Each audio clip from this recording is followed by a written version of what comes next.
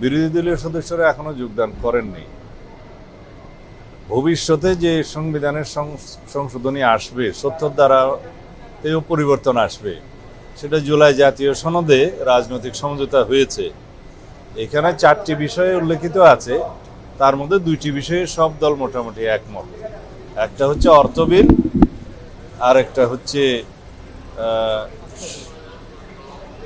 আরেকটা 4টা বিষয় ছিল। একটা হলো অর্থ বিল এবং আরেকটা আস্থা ভোট, মানে ইমপিচমেন্টের ক্ষেত্রে সবাই মনে করে ৭০ অনুচ্ছেদে এই 2টা বিষয়ে সংসদ সদস্যদের স্বাধীনতা থাকবে না।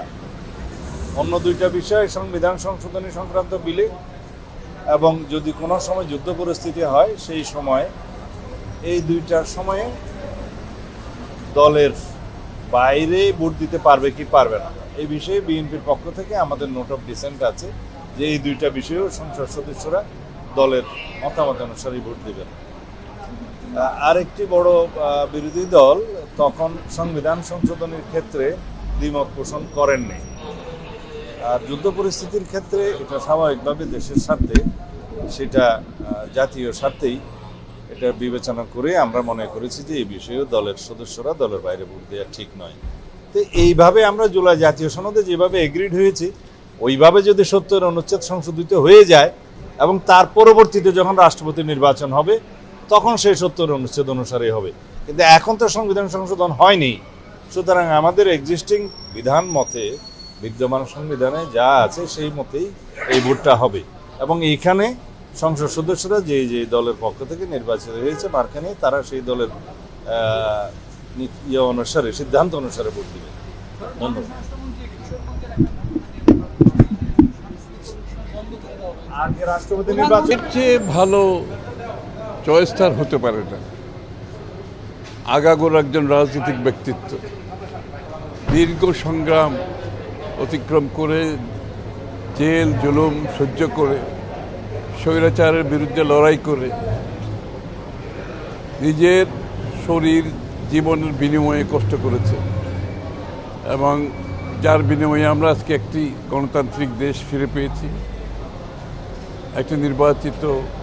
একটা নির্বাচন এবং নির্বাচনের মাধ্যমে একটি সংসদ সরকার গঠন হয়েছে।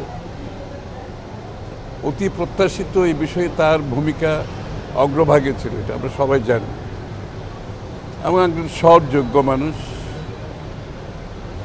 সুতরাং আমি আনন্দিত যে আজকে এরকম একটি মানুষ প্রেসিডেন্টের চেয়ারকে অলঙ্কৃত করতে যাচ্ছে এবং নির্বাচন হচ্ছে। আমরা যে গণতন্ত্রের কথা বলে আসছি এতদিন, সেই গণতন্ত্রের প্রতিফলন ঘটছে। বাংলাদেশে কবে সত্যিকার অর্থে প্রেসিডেন্ট নির্বাচন হয়েছে আমার মনে হয় জনগণ ভুলেই গেছে। এবং আজকে একটি নির্বাচিত সংসদে একটা প্রেসিডেন্টের নির্বাচন হচ্ছে, এটাও তো আমাদের জন্য বড় পাওয়া। এবং এই ধারা আমাদেরকে, গণতান্ত্রিক ধারা যার জন্য আমরা লড়েছি, কষ্ট করেছি, জনগণ প্রাণ দিয়েছে, ত্যাগ স্বীকার করেছে, নির্যাতিত হয়েছে, এই ধারাকে আমরা অব্যাহত রাখতে হবে। যে গণতন্ত্রের জন্য আমরা সবাই মিলে লড়েছি, এটাকে অব্যাহত রাখতে হবে। গণতন্ত্রের সংস্কৃতি অব্যাহত রাখতে হবে। এটা যদি অব্যাহত থাকে, ইনশাআল্লাহ যে বাংলাদেশ গড়ার প্রত্যয় আমাদের মাননীয় প্রধানমন্ত্রী নিয়েছেন, সবাই মিলে আমরা সেই বাংলাদেশ গড়তে পারবো আগামী। নতুন রাষ্ট্রপতির কাছে আসলে সামনের দিনের প্রত্যাশা কি থাকবে?